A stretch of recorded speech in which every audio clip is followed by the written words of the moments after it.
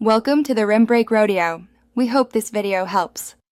You start by making a quick backup and freeing storage. This prevents interruptions and gives immediate gains.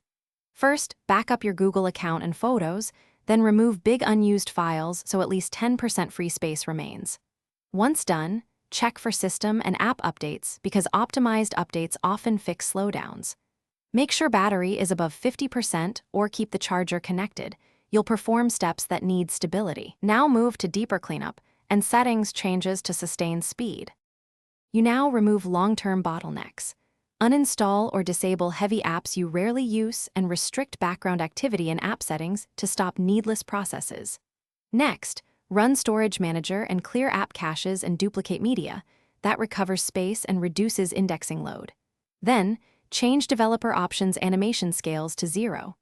5x or off to make UI feel snappier. Also restrict auto start for apps that relaunch constantly. These steps reduce RAM churn, finish with power and persistence improvements. Enable battery optimization for non-essential apps so they do not wake the device frequently, and review permissions that allow background activity. If performance still lags after cleanup, consider a factory reset as a last resort. Back up everything first. A clean system often restores speed.